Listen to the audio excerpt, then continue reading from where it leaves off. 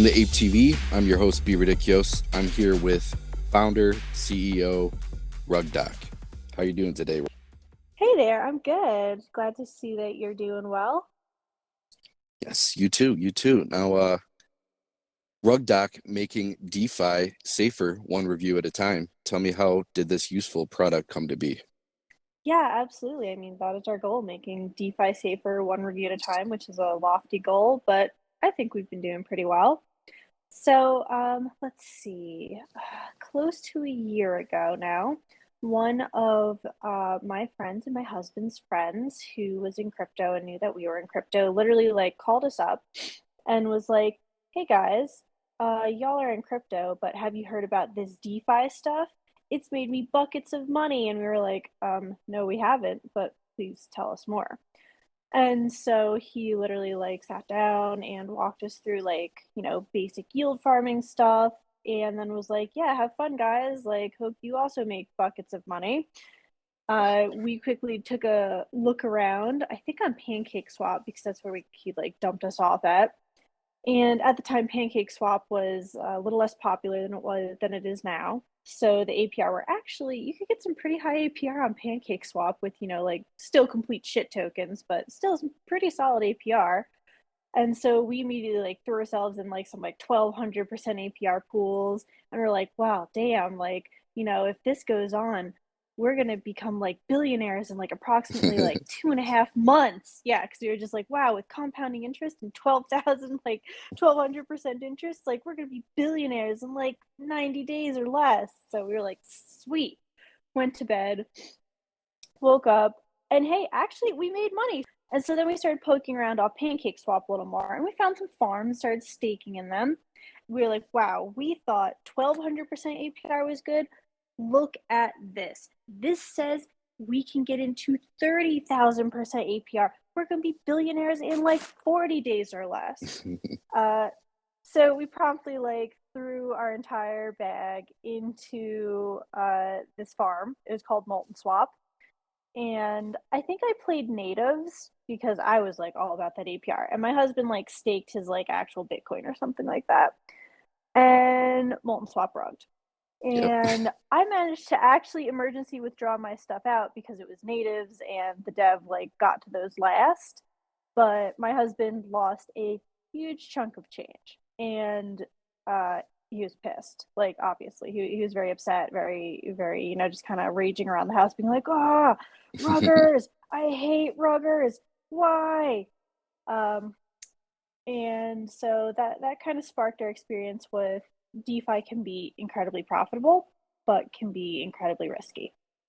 And so following that up, I have a PhD in engineering, so I have a pretty solid programming background and decided to literally sit down, learn Solidity, be able to review these smart contracts for myself, for ourselves, and for our own personal investments.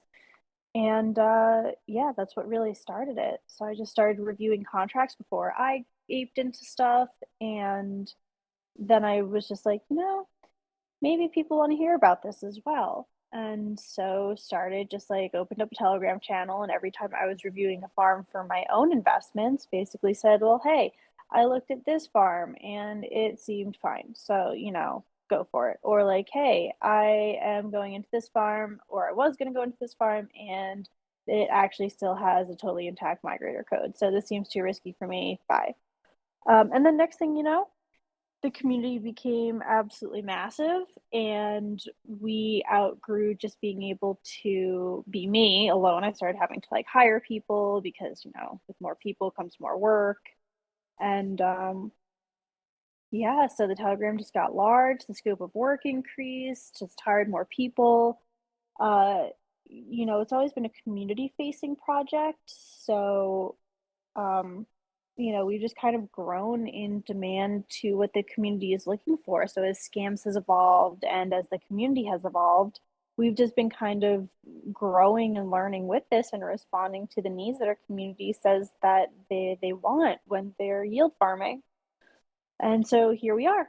I guess there was also an intermediary step where we went from the Telegram and, we started uploading the Google Sheet document, like the coveted Google Sheet.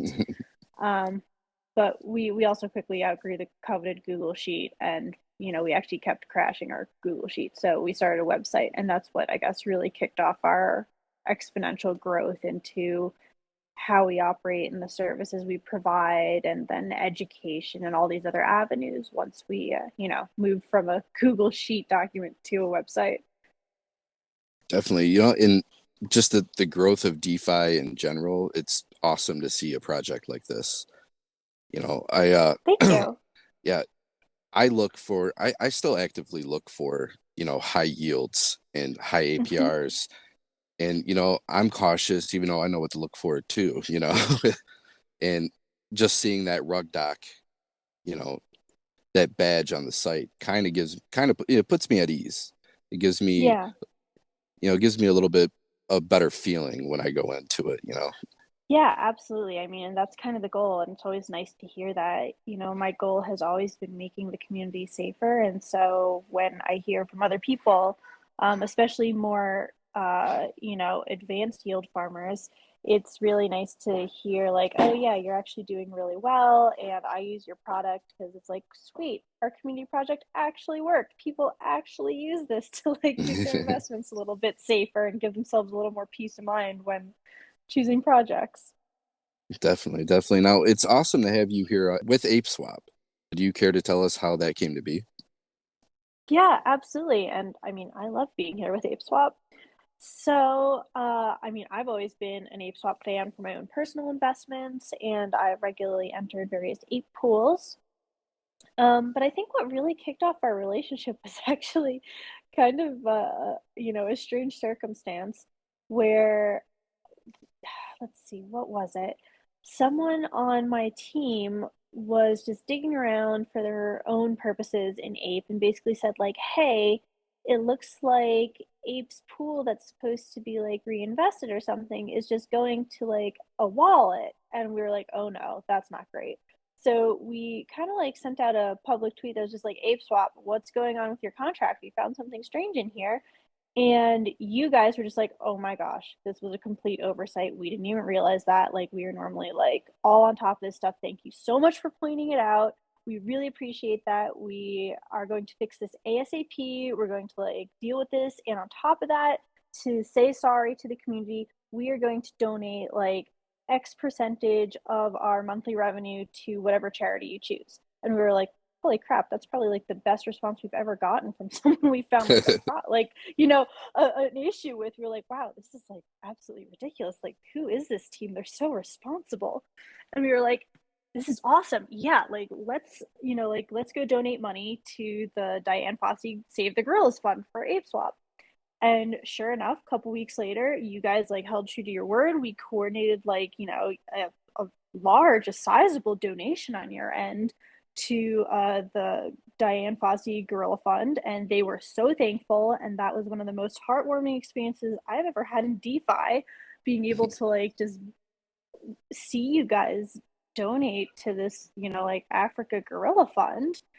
And I was like, this team is freaking awesome. Like, I love what they stand for. I love that they stay true to their word. I love that they care about the community. I love the fact that like when mistakes happen, they can like own up and go above and beyond in fixing it because, everybody makes mistakes. It's a matter of like how you respond to them that really shows the character of, your company, your organization, or the individual. So it's like, this is a brilliant team. I like what they're doing. And we just started talking because we kind of had opened up the avenues with that experience to each other. And, it's just like, well, guys, how about we take the next step? And we like working with each other. And I think our team visions for like safety and community orientation really align. Let's just like partner up. Like let's make DeFi safer. Like let's, make your project incredibly backed up and extra vetted, and like let's promote community education. And so here we are, and it's been such an awesome ride because I genuinely have loved from like literally our first interaction working with the ApeSwap team. Yeah, we're pretty much we're all about safe. We want everybody to be safe. We don't want no ape left behind.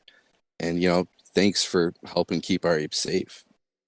Yeah, 100%. And that's something that, like, obviously when we just started talking and opened up like the communication channels with your team, that became apparent so early on. And, even when with that, like, one initial interaction, when we were like, well, how did this even come? They're just like, guys, like, we audit everything every single time we make an update. Like, we re-audit everything because safety is so paramount. And I was like, what team does that? Like, that's crazy. Um, so no, like very much appreciate your No Ape Left Behind initiative. Yeah, definitely, definitely. So, you guys monitor multiple chains. Yep. Now, how do you guys do that? Do you guys do it with a EVM or? Yeah, no, I mean, so we are reviewing quite a few things now. So we started with our farm reviews, and that I think is still our main niche. Like, if you want to hear about like an in-depth safety review of your farm, that is like what people really know us for. But we are doing a lot more things now. We're also listing tokens, NFTs, GameFi launches.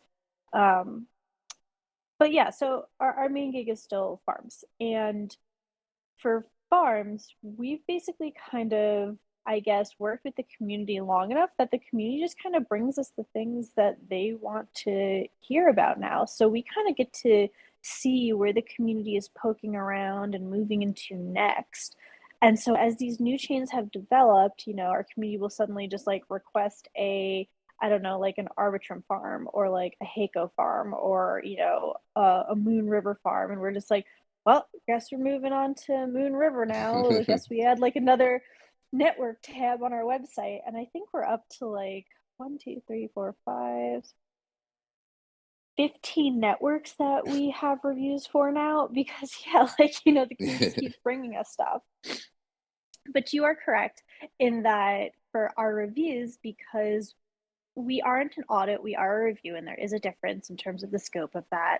But it does require a team of ours to basically go through the contracts and figure out what's going on in them, and to have the programming language experience and confidence to do that. So we do keep currently our reviews to Ethereum virtual machine, so EVM compatible networks, because our team is trained up on Solidity. Most of these chains are indeed EVM compatible, written in Solidity. Even chains that are not like L2 solutions, like Avalanche, they're still written in Solidity. There's only a couple exceptions to that, like Solana, which is on Rust, I believe, and a few other upcomers that are written in like Haskell packed languages.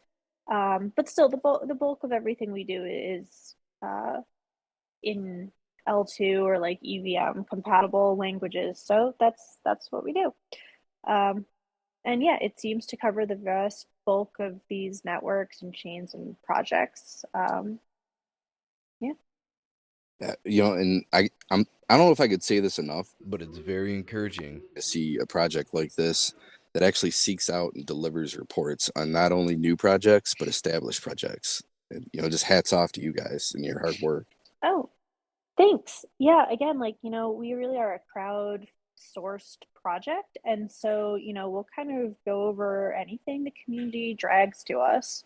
Um, and now that we are sort of doing these like more in-depth farm reviews, as well as more like listings and descriptions. So for GameFi, we try and like give a little background on the game, some of the play behind it.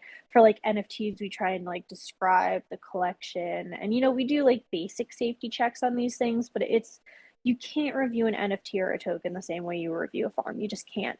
So we'll make sure that like no very easy scams are present. Like we'll make sure the code is verified, and we'll make sure that, say, like the token is not, a honeypot scam or something silly like that, when we're doing our listings. But it's a little bit different. And so for those sorts of reviews, we really try and couple that more with our education arm versus like our strict security arm. And so we're really just trying, like, if somebody drags, some new NFT to us, or, even something that's not EVM compatible, like a Solana project, we will still give it our best go and be like, well, we can't give the same degree, so we'll rate these as like not eligible versus give it a safety rating.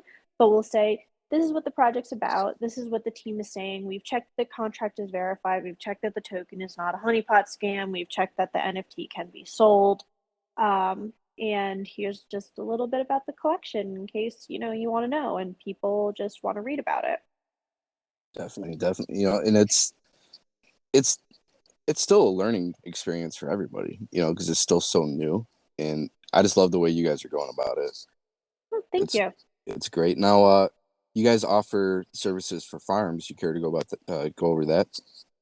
Yep. So everything that you can find on the website is pretty much community oriented and community facing, our reviews or our education articles or tutorials. We also want to make sure that we're supporting our farms, because good farms or good tokens, or just like in general, make for that safe community. It makes our job easier if we don't have to deal with all these scams.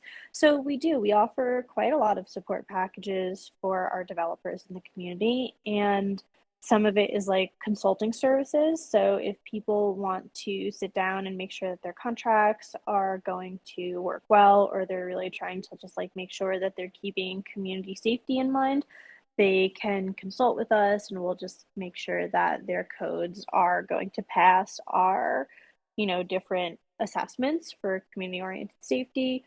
Or we also, if a farm has completed certain levels of user-oriented safety, if they've gotten like a medium risk or a low risk or, a some risk on our website, they're eligible for marketing services. So we are happy to boost farms and tokens and NFTs and games and just like other projects that really have demonstrated, some level of, user-oriented safety from like a code perspective or from a philosophical perspective. Like that is our goal. Of course, every project that we promote may not survive. They can still like do like liquidity sort of situations that are not great, because we can't predict those. Nobody can predict those. We can only really filter out these contract-based scams. Yeah. Or like, sale-based scams when it comes to like NFTs and tokens. So it's not bulletproof, but we absolutely love being able to promote these sorts of farms that are, not going to just straight up rug the community. Like that's a good thing. I've always said that I kind of want to do positive reinforcement and negative reinforcement. I want to be able to boost the good projects, and I want to be able to slap warning labels to the not so great projects. Definitely. I love where your head is with that, for sure. Now, I understand that you guys, we did touch on the NFTs a little. Yep. Any chance that you guys would ever review or audit an NFA? Yeah, no, you're absolutely correct. We are indeed reviewing NFTs now. So like I said, it's a little bit different than our farm reviews in that the contracts, it's a little bit different because you can't be scammed quite the same way with NFTs, just the way that the codes are written and the functions that are performed to mint and have an NFT.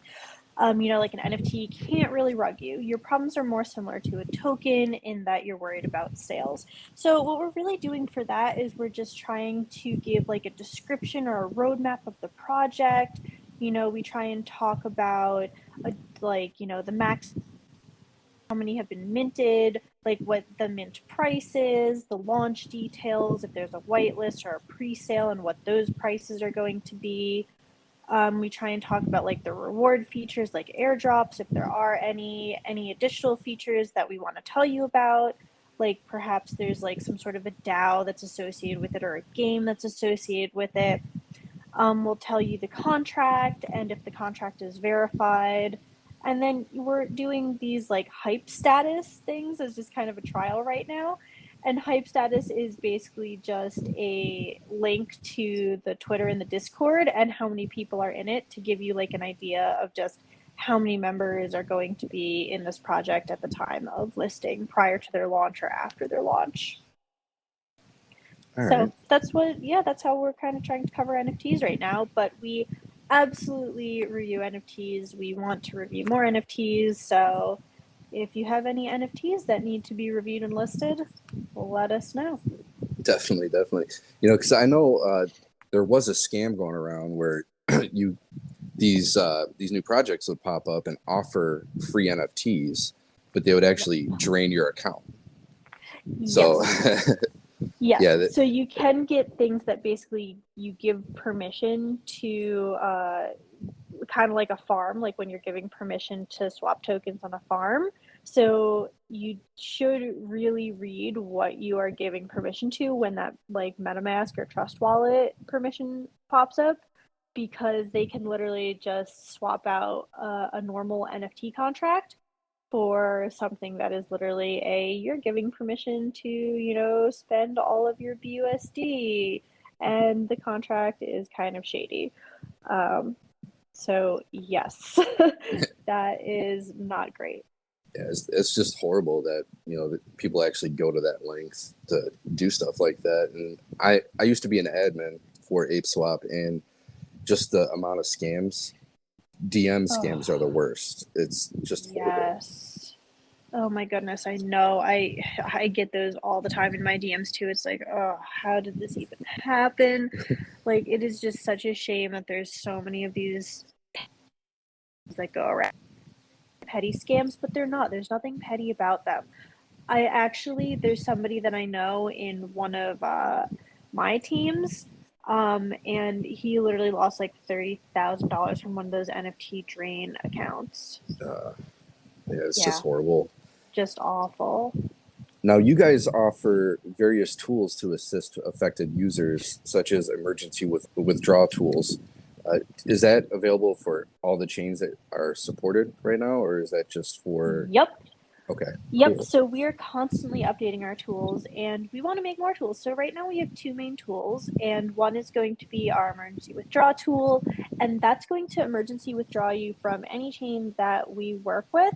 And on top of that, the contract doesn't have to be verified, which is awesome.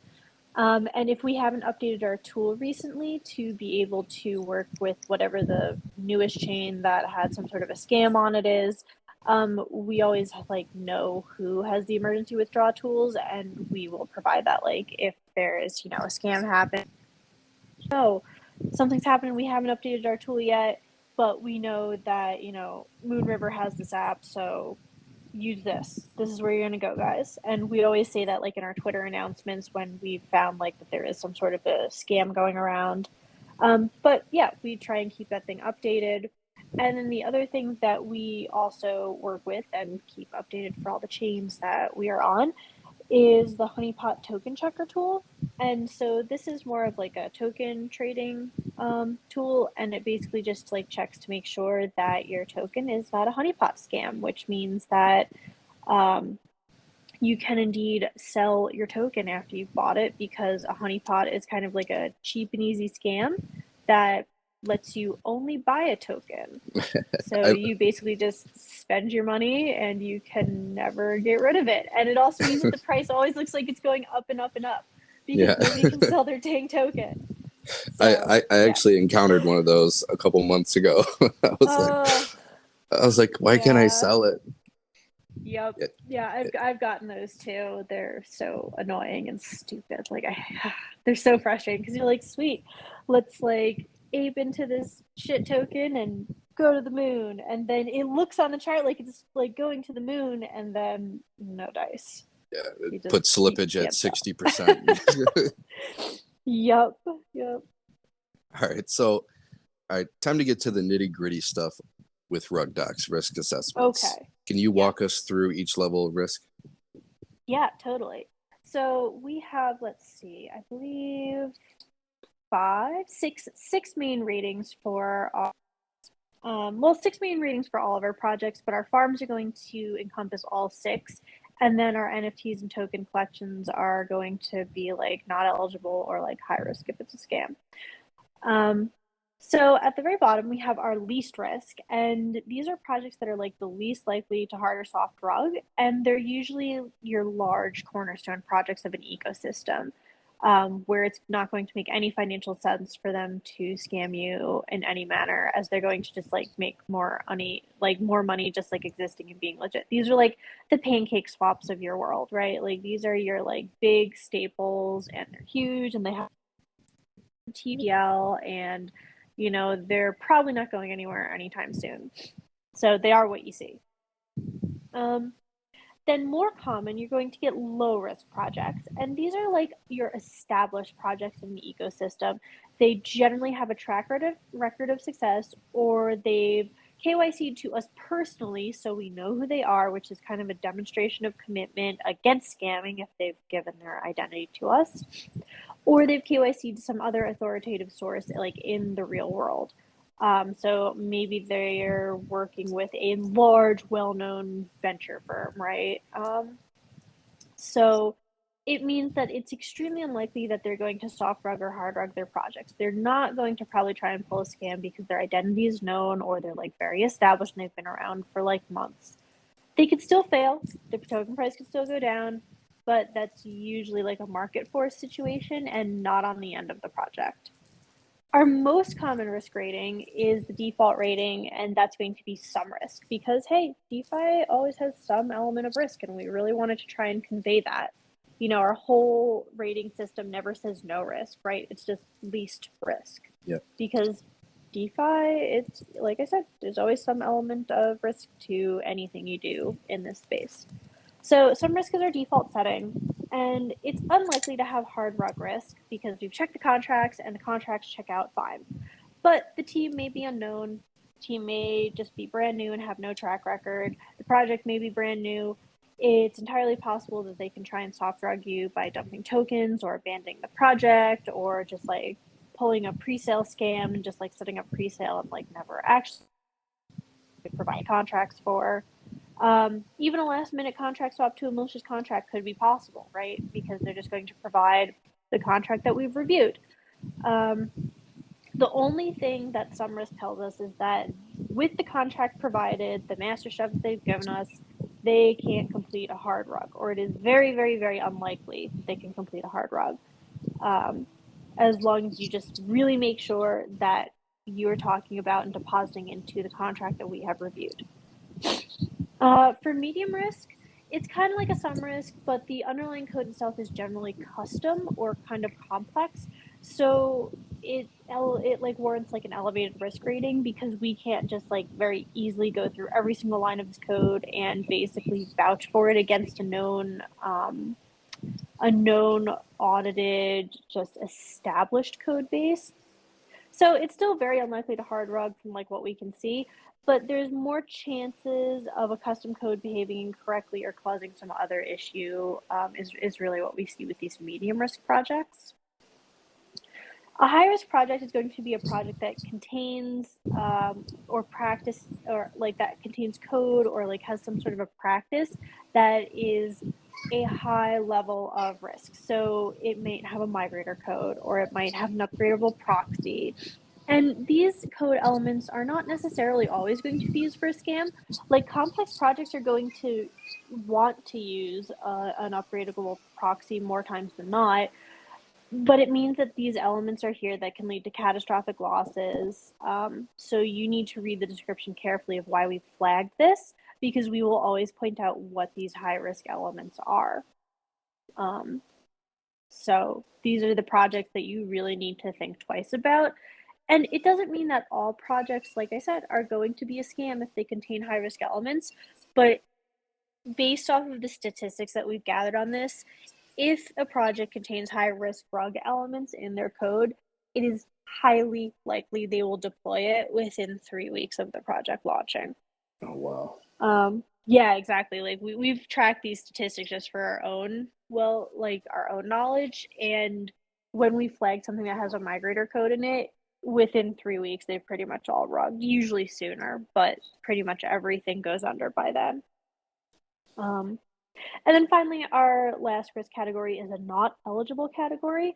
And these are generally projects that are like complex and require, a senior analyst to like go through, or require like a couple $1,000s to actually audit. So this is just beyond the scope of what my team covers, because, we're here to basically do quick bulk reviews and not actually sit down and audit. Because when you're trying to get through 8 projects a day, 10 projects a day, 20 projects a day, um, we can't sit down and spend hours with any one of these reviews. We're really just trying to like go through and quickly flag deviations in the code and what these deviations mean. So for a not eligible, it just means that it's probably a vault or something that like is going to have many contracts, or just very, very custom code. And, it's out of the scope of a peer review. You would need to really get an audit from a top audit company for us to be able to like pass this off and say like, yeah, we think this is fine.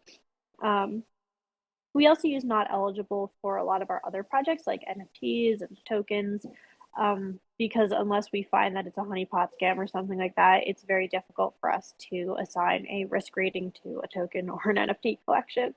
So they're generally just not eligible for review. Okay.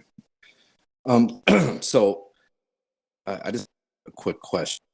So now we know the flow of valid alerts as your service offerings, but what happens when an alert is invalid? Like if we call something that is actually fine. Yep. So in that case, we generally try. I don't think we've been in any sort of a scale, but I guess if we set out an alert and the project seems fine, I guess the closest to that would be buy swap, which does indeed contain high risk code elements when we flag them as high risk. And they're still here and they're fine and they're clearly, not a scam. Yeah. As their community has liked to tell us many, many, many times. And so we do revise. We'll basically say like, okay, we hear you, you're still here, safety demonstration, even though you had high risk elements in your code or some other thing that we flagged you for, and we downgrade. We basically like put an update that says like, project has been around and hasn't done anything, and the community is fine and thriving, and Yeah, we definitely. are reducing our assessment.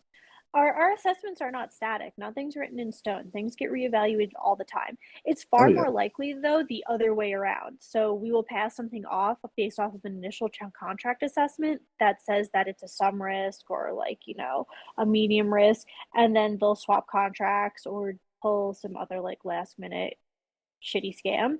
And then we'll just basically say like, they swapped their contracts, guys. Don't freaking stake in this. We're upgrading them to high risk. Like, don't touch them. Like, we don't know what's in these brand new contracts that they like just deployed like 5 minutes prior to their launch, and that's usually not a good sign. Yeah, definitely. But like we're not perfect. We make mistakes, and definitely. Yep. And so we try and own up to our mistakes. Like I said, that's something that I think speaks volumes about a team or an individual. And I want to be, an open, honest individual. And so when mistakes are made, we try and say like, yeah, we were incorrect about that one. Buy swap, you're correct. Like you are A-okay, still here months later, and we're, you are not a high risk project. Right. Yeah, I was actually looking through all the stuff, and I was surprised to see the rate, because how high they are on like are. And I was like, oh, all right. I'm just looking through all the stuff. It's an awesome tool to have. Yes. Just to go through your website, just because I'm like I said at the beginning, I'm always looking for new. I'm a degen at heart, so I'm looking for a rush, and I want to make sure it's a safe rush. So now we did touch on that you guys do offer educations. Do you want to go over some of the educational content that you guys have? Yeah, absolutely. So for our educational content, we have a whole another website. So we have wiki.rugdoc.io, and this is like our DeFi wiki. And we're really trying to always update and add articles and coverage for chains that are onboarding and all sorts of stuff that you're going to want, because DeFi is fluid and it's always evolving, and people always need new tutorials, or maybe just want to know about like different concerns or strategies or things to think about. We try and really cover everything from like user-oriented education to developer-oriented education. So we're trying to cultivate, a dev corner that basically interviews other established projects and how they do what they do and why they did what they did, and just things to think about when you're creating a project. And we also have user articles that are focused from things that are as small and basic as how to set up a MetaMask wallet or how to harvest a yield, to as complex as like, let's think about strategy and comparison of different, like large AMMs, right? Or like, how do you really evaluate a stable token? So we're always trying to just like cover anything that we hear from the community that they want to know more about. So we'll try and pay attention to the questions that are asked in our chat or the comments that we'll get on our Twitter, and cover those, or just try and predict them entirely. And so when we know a new chain is rolling out, like IOTEX, before they even launched projects being built on IOTEX, we were already like, that team had contacted us first, and so we wanted to just try and show people how to use the bridge, how to, do various functions on IOTEX chain that are going to be a little bit different from, say BSC or Polygon. We also have a YouTube, and that's for people who are going to learn better through more visual means. And we're going to want to show you how to, do these withdrawals, or do emergency withdrawal, or stake a project, or, like verify a contract. Like all these different things, we want to just help the community and help the developers on both sides of that coin to just be more educated about the space. Because when you have users who are educated about the space, it becomes harder to produce these scams. If users know what they're looking for, and if developers understand best practices, and users are demanding these best practices, when there's a deviation from that, it looks weird, and people know that it's different, and they know to ask about it.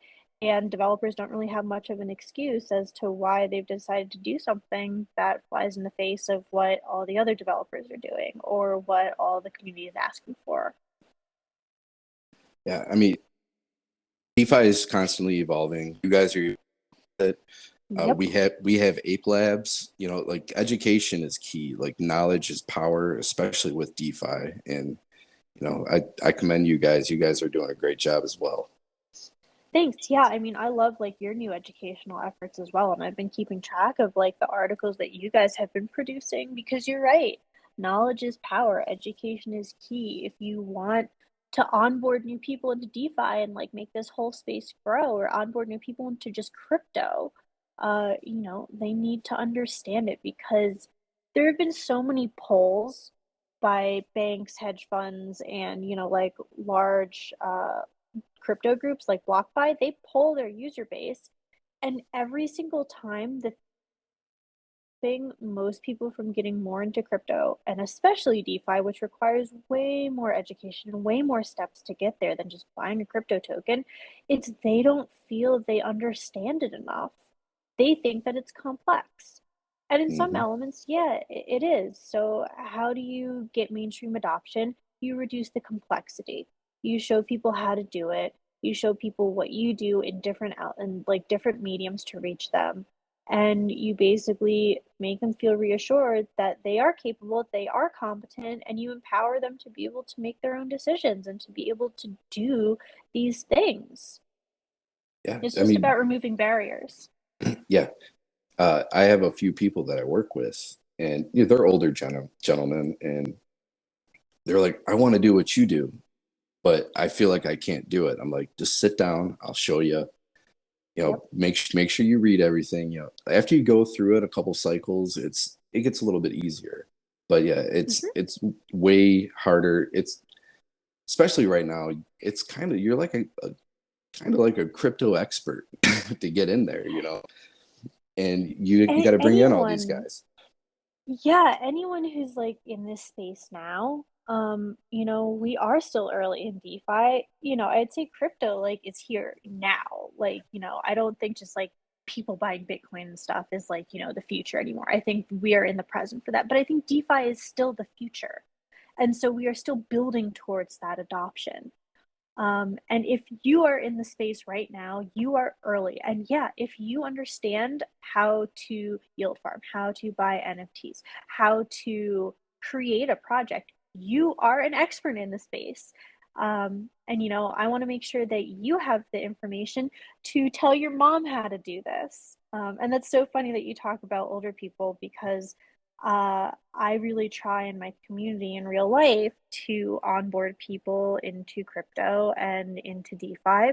And I'm literally meeting later today, like in a couple hours, two retirees who are already in crypto. They've already bought their Bitcoin. They understand that. They like it. They've seen the gains that they've made by purchasing their Bitcoin.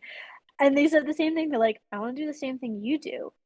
And so we're going to sit down in a couple hours and set them up a MetaMask wallet and teach them how to withdraw from their Coinbase and how to stake and create liquidity pairs and how to, like buy an NFT and how to bridge assets between chains. Yeah, Yep. it's exciting. It's exciting. Like whenever I get to talk about crypto, I'm super pumped because, well, usually I'm the one that knows most about crypto in the room, and so I get to speak knowledge and stuff. But it's just bringing other people into what I do. It just makes me happy. Yeah. It's a good feeling to be on the end, to be able to have, I guess, gotten to this point yourself and been able to see the gains and see the change in your lifestyle and then be able to share that with other people. Yeah, It feels really good to be able to say, like, yeah, let me help you win too. I want to help people when I want to help everybody win. And I think you can, because DeFi and crypto fundamentally is bringing power back to the people. It's a totally open democratic platform. And if you can just reduce the number of scams or at least educate people on how to reduce their own risk for scams, you're left with this completely democratic platform where everybody can set off on the same footing and nobody can really take advantage of it. And that's beautiful. yep. That- what does the future hold for RugDoc in the coming months?